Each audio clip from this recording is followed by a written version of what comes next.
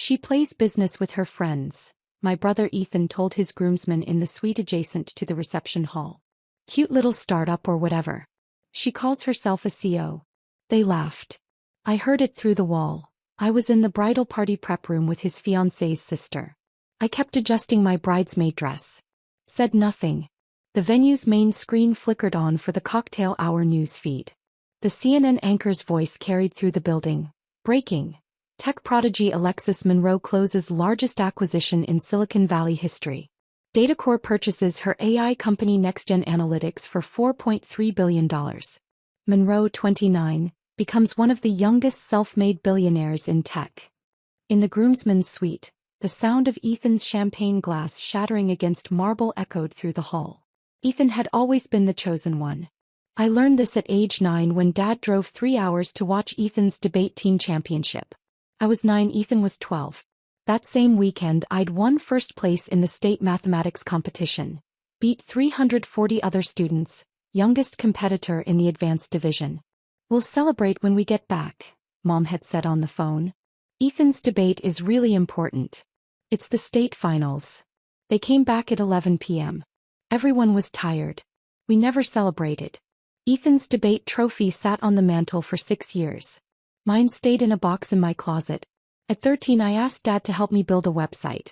I'd taught myself basic HTML and wanted to create an online tutoring marketplace where students could connect with peer tutors. That's nice, honey, Dad said, not looking up from his laptop where he was reviewing Ethan's college application essays. Maybe over the summer. Summer came. Dad spent it driving Ethan to leadership conferences and college visits. I built the website myself using YouTube tutorials and a $15 book from the library. Took 3 months. By the time school started, I had 47 students registered and 12 peer tutors. We'd facilitated 118 tutoring sessions. I showed it to Mom during dinner. That's wonderful, sweetie. She smiled briefly, then turned to Ethan. Tell Dad about the internship offer from Senator Morrison's office. The conversation shifted. My website was never mentioned again. At 16, Ethan got a summer internship at a prestigious law firm through Dad's college roommate. The position paid $4,000 for 8 weeks. That same summer I asked if I could attend a coding boot camp. Real instruction, professional mentorship, career networking. Cost $3,500. That's a lot of money for a hobby, Dad said. Ethan's internship is career building. That's different from a recreational coding class. It's not recreational. It's professional development. Alexis, you're 16. You don't know what you want professionally yet. I worked 40 hours a week at a grocery store that summer. Saved $2,800. My manager gave me an extra shift when I explained what I was saving for, and I reached $3,500 by July. The coding bootcamp changed my life. I learned React, Node.js, Python database architecture. But more importantly, I learned I was good at this. Not just good, exceptional. The instructor, a former Google engineer named Sarah, pulled me aside after week 3. Alexis, you're operating at a senior developer level. Have you considered that this could be more than a hobby? My parents think I should focus on traditional academics. Your parents are wrong. She handed me her card. Stay in touch. When you're ready to build something real, call me. By 18, Ethan was at Princeton studying political science. Dad had donated $50,000 to the alumni fund the year before Ethan applied. He got in. I went to state on a partial academic scholarship. Paid the rest with student loans and my grocery store savings. Lived in the cheapest dorm, worked 25 hours a week at the campus library. Nobody asked about my classes. The few times I mentioned computer science at family dinners, the conversation turned back to Ethan's latest achievement within minutes. Ethan made the Dean's Council. Ethan got an internship at Goldstein and Associates. Ethan is dating the daughter of a federal judge. What they didn't know, I was building something extraordinary in those library hours. At 19, I built an AI algorithm that could analyze massive datasets and identify patterns human analysts missed. I started with a simple question. Could AI predict customer behavior more accurately than traditional analytics? I tested it on publicly available e-commerce data. The AI's predictions were 87% accurate compared to 52% for traditional statistical methods. Sarah, my coding bootcamp instructor now working at a venture capital firm, saw the prototype. This is revolutionary, she said. Alexis, this could change how companies understand their customers. At 20, I launched NextGen Analytics from my dorm room. Sarah connected me with 3 small businesses willing to test the software. Within 6 months, their customer retention rates increased by an average of 43%. I raised $400,000 in seed funding from a small VC firm. Dropped out of college junior year. Dad called it impulsive and short-sighted. Mom asked if I was going through something. Ethan told his friends I'd dropped out to play with computers. Nobody asked about the business plan. Nobody asked about the funding. Nobody asked why I was confident enough to leave school. At 22, NextGen had 15 enterprise clients. Revenue, $8 million annually. I'd hired 12 employees, all of them smarter than me in their specific domains. At 24, Fortune 500 companies started noticing. Our AI didn't just predict customer behavior. It predicted market trends, supply chain disruptions, competitive threats. The applications were endless. We raised Series B funding, $45 million at a $180 million valuation. I own 67%. At 26, our client list included Microsoft, Amazon, 3 major banks and 7 Fortune 500 retailers.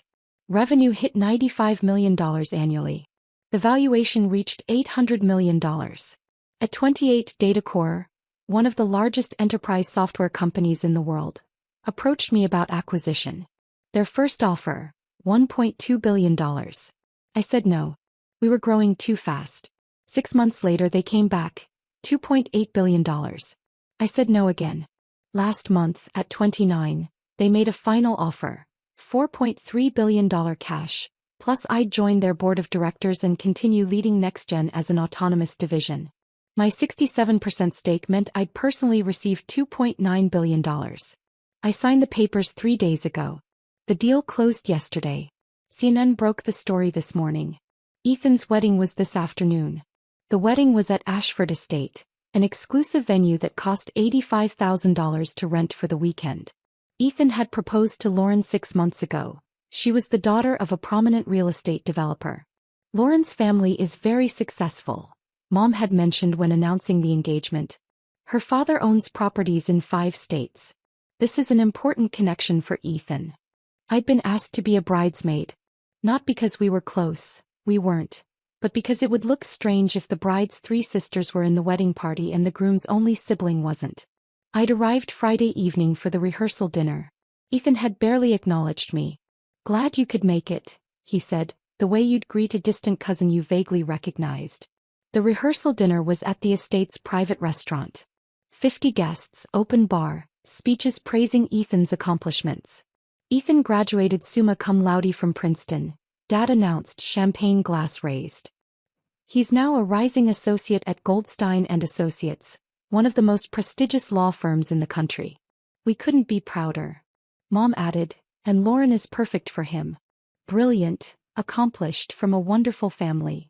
Nobody mentioned me.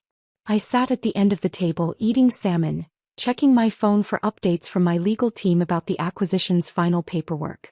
Saturday morning I'd arrived early for bridesmaid photos.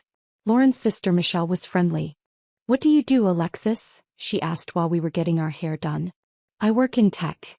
Oh, fun. What kind of tech? Data analytics and AI. That's cool. Ethan mentioned you have a little startup. Something like that. I didn't correct her. There was no point. The ceremony was at 3 p.m. Beautiful, traditional, exactly what you'd expect from a $400,000 wedding. The reception started at 5 p.m. Cocktail hour in the main hall while the wedding party took photos. I was in the bridal suite with Lauren and her sisters when I heard Ethan's voice through the wall. The groomsmen's suite was adjacent, separated by a thin partition. So what's your sister like? One of the groomsmen asked. We haven't really met her. Alexis? She's fine. Ethan's voice was casual, slightly dismissive. She does her own thing. Not really close. What's her thing? She plays business with her friends. Cute little startup or whatever. Tech stuff I don't really understand. They laughed. She calls herself a CEO, Ethan continued. I could hear the smirk in his voice. Has like 10 employees or something. Websites and data I don't know. Very millennial. Hey, everyone starts somewhere, another groomsman said diplomatically. Sure. I mean it's harmless. She's happy doing her thing. Not everyone has traditional ambitions. Michelle glanced at me. I kept adjusting my dress, face neutral. Doesn't that bother you? She whispered. Not really. At 5:15 p.m., guests moved into the main reception hall for cocktail hour. The venue had enormous screens positioned throughout the space, displaying a rotating slideshow of Ethan and Lauren's photos. At 5:47 p.m., the venue coordinator made an announcement. Ladies and gentlemen, we're going to pause the slideshow briefly for the 6 p.m. news update. It's our signature service, keeping our guests connected to the world during your celebration. The screens switched from wedding photos to CNN. I was at the bar ordering water when the anchor's voice filled the hall. Breaking news from Silicon Valley this evening. In what's being called the largest acquisition in tech industry history, Datacorp has purchased AI analytics company NextGen Analytics for $4.3 billion. The room continued its conversations. Wedding guests didn't typically care about tech news. The company's founder, 29-year-old Alexis Monroe, becomes one of the youngest self-made billionaires in the technology sector. I took a sip of water. Monroe, who dropped out of college at 20 to launch NextGen from her dorm room, built the company into a powerhouse with clients including Microsoft, Amazon, and 7 Fortune 500 companies. The conversations were quieting. People were glancing at the screens. My photo appeared. Professional headshot from last month's TechCrunch interview. At just 29, Monroe's 67% ownership stake means she'll personally receive approximately $2.9 billion from the acquisition. She'll also join Datacorp's board of directors and continue leading NextGen as an autonomous division. Complete silence now. We're joined by tech analyst Marcus Chun for reaction. Marcus, this is extraordinary for someone so young. The analyst appeared on screen. Absolutely, Jennifer. Alexis Monroe is a generational talent. Her AI algorithms have revolutionized predictive analytics. Companies using NextGen's software have seen customer retention increase by an average of 61%. The technology is years ahead of anything else in the market.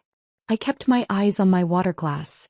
What makes this acquisition particularly notable, the analyst continued, is that Monroe turned down offers of $1.2 billion and $2.8 billion before accepting $4.3 billion.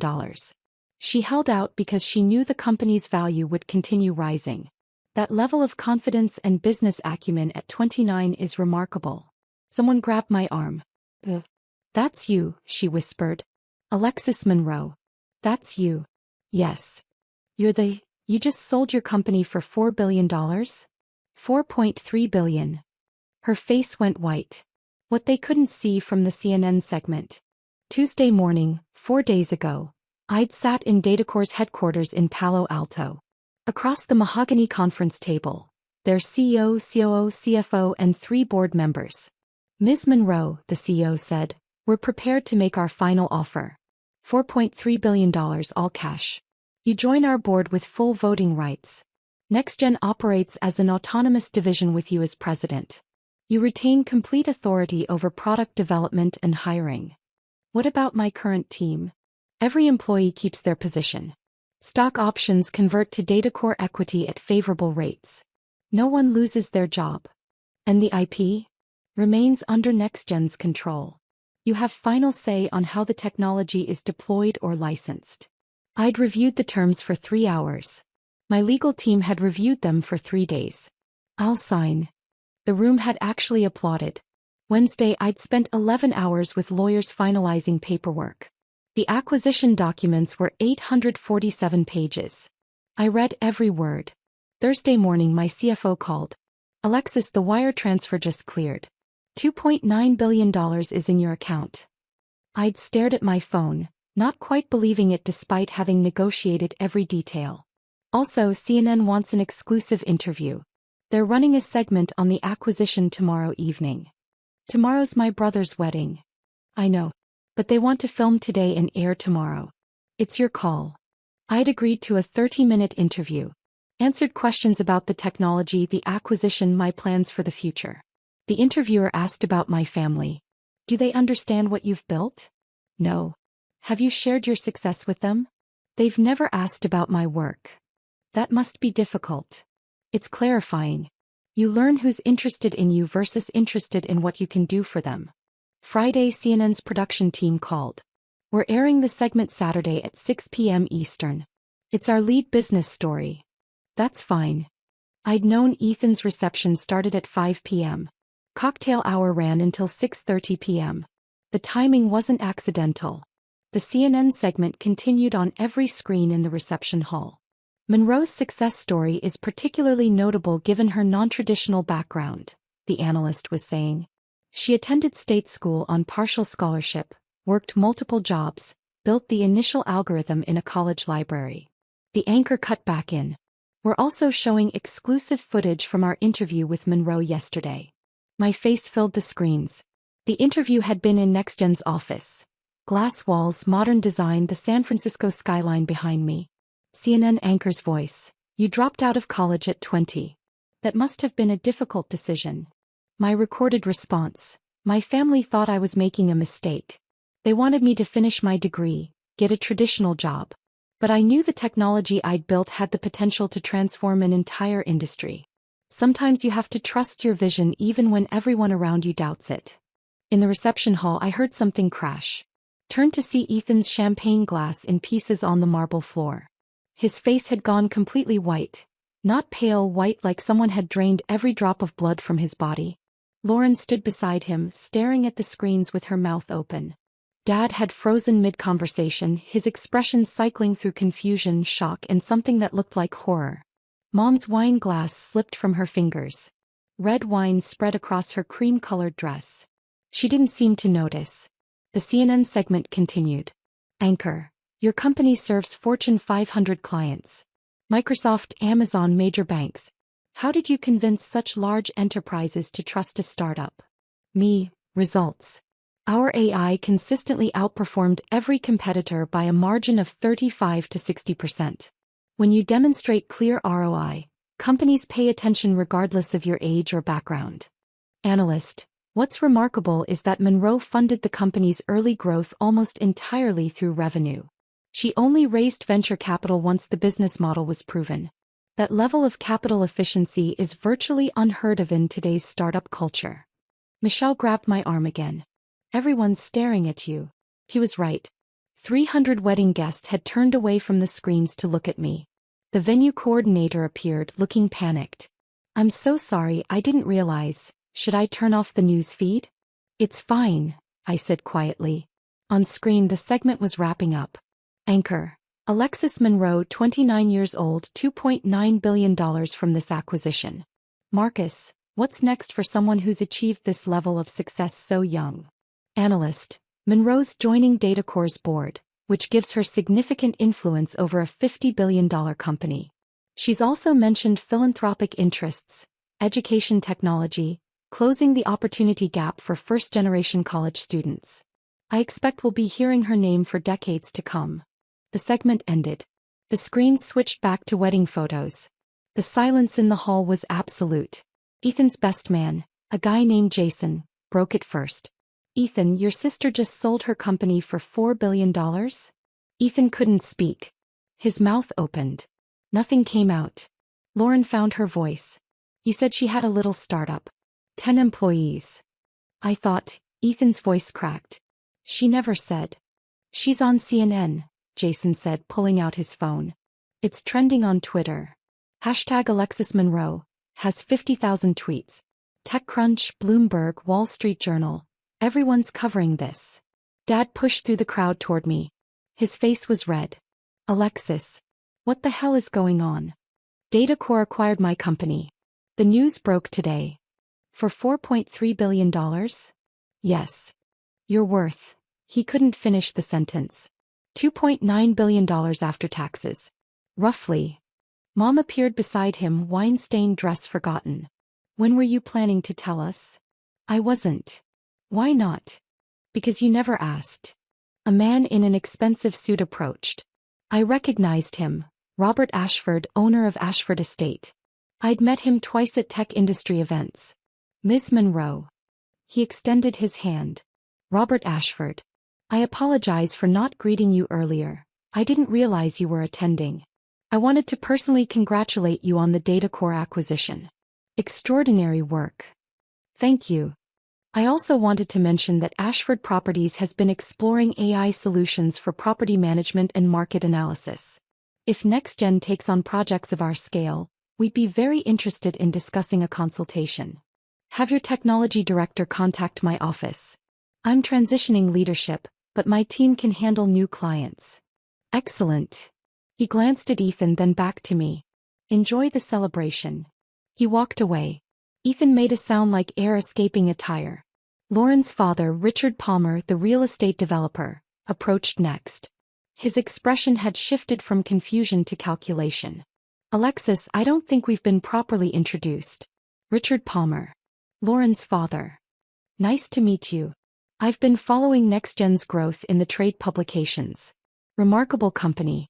I had no idea you were Ethan's sister. He didn't mention it? No. Richard glanced at Ethan with something that looked like disappointment. No, he didn't. In fact, he mentioned you worked in tech support. Common misconception. Indeed. Richard handed me a card. Palmer Properties has significant data analytics needs across our portfolio. I'd love to discuss how your technology might benefit our operations. Perhaps after the wedding festivities. Of course. He nodded and walked back to his wife, who immediately pulled him into intense conversation. Jason was still scrolling on his phone. Holy shit. Business Insider just posted an article. It says you turned down lower offers because you knew the company was worth more. You rejected $2.8 billion 6 months ago. The company was growing fast. I knew we could get a better deal. You rejected $2.8 billion. He said it slowly, like testing whether the words made sense. Most people would have taken that immediately. I'm not most people. Ethan finally found his voice. You let me talk about you like you were nobody. In front of my groomsmen. You talked about me like I was nobody because that's what you believed. Because you never told me. You never asked. Kept my tone level calm.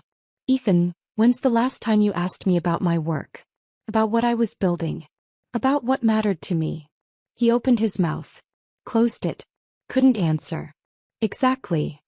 I looked around at the crowd of faces staring at us. This isn't the time or place for this conversation. It's your wedding day. Congratulations. I'm happy for you and Lauren. I started to walk away. Wait. Lauren's voice stopped me. You're worth almost $3 billion? Yes. And you're wearing a $200 bridesmaid dress from David's Bridal. It's what you chose for the bridesmaids. She stared at me like I'd grown a second head. The immediate consequences rippled through the reception within minutes. Guests who'd ignored me during cocktail hour suddenly wanted introductions. Business cards appeared. Investment pitches started. Ms. Monroe, I'm Patricia Chin. I run a venture fund focused on AI startups. Ms. Monroe, Jonathan White here. I'm with Sterling Capital if you're interested in angel investing. Ms. Monroe, I'm Sarah Martinez from Tribune Tech. We'd love to feature you in our Innovators series. I was polite to each of them. Collected cards. Made no commitments. At the head table, Ethan sat frozen. Lauren kept glancing between him and her father, her expression difficult to read. Dad pulled me aside. Alexis, we need to talk about this. What would you like to discuss? Everything. You're a billionaire. You sold a company for $4 billion. When did this happen? I started the company 9 years ago. Sold it 3 days ago. 9 years. He said it like an accusation. 9 years and you never mentioned this. I mentioned it dozens of times. You weren't listening. His face flushed. That's not fair. Isn't it? I told you I'd raised venture funding. He said it sounded risky. I told you I'd signed Fortune 500 clients. You asked if I was still able to afford my rent. I told you Microsoft was using our software. You changed the subject to Ethan's latest case at his law firm. I didn't realize the scale. Because you didn't ask. You assumed my work was small because I'm not Ethan. Because I didn't go to Princeton. Because I dropped out of state. Mom appeared. Alexis, that's not what your father meant. Then what did he mean? Neither of them answered. The escalating consequences arrived over the next 48 hours. Sunday morning, Ethan called. I almost didn't answer. Alexis. We need to talk. I'm listening. Lauren's father asked why I never mentioned that my sister ran, a multi-billion-dollar AI company. His voice was strained. He said it would have been relevant information when I was asking for his blessing to propose. How is my career relevant to your engagement? He thinks I'm either dishonest or completely unaware of my own family. Neither makes me look good. I'm sorry that's difficult for you. Are you? Because you let this news break at my wedding. On CNN. In front of 300 people. I didn't control the timing. CNN chose when to air the segment. You did the interview the day before my wedding. That wasn't an accident. You're right. It wasn't. Kept my voice level. But Ethan, think about why I chose that timing. When's the last time our family gathered where I wasn't invisible? Where I wasn't the afterthought, the person whose accomplishments didn't matter? Silence. This was the first time in my entire life where I couldn't be ignored, I continued. Not because I forced it. Not because I made a scene. But because CNN put my face on every screen and spoke the truth you couldn't be bothered to learn. That's cruel. That's honest. He hung up. Monday morning, Dad called. Alexis, I need to tell you something. Okay. Richard Palmer called me. Lauren's father. He asked if I'd ever invested in your company. And I said no. Guess why not? I didn't have a good answer. Dad's voice was rough. He said if he'd known his future son-in-law's sister was building something that valuable, he would have invested immediately. He said my failure to recognize your potential showed problematic judgment. That's harsh. He also mentioned it to several of his business associates at the wedding. I've gotten 3 calls from people in my network asking why I never talked about you. Why I never mentioned having a daughter in tech.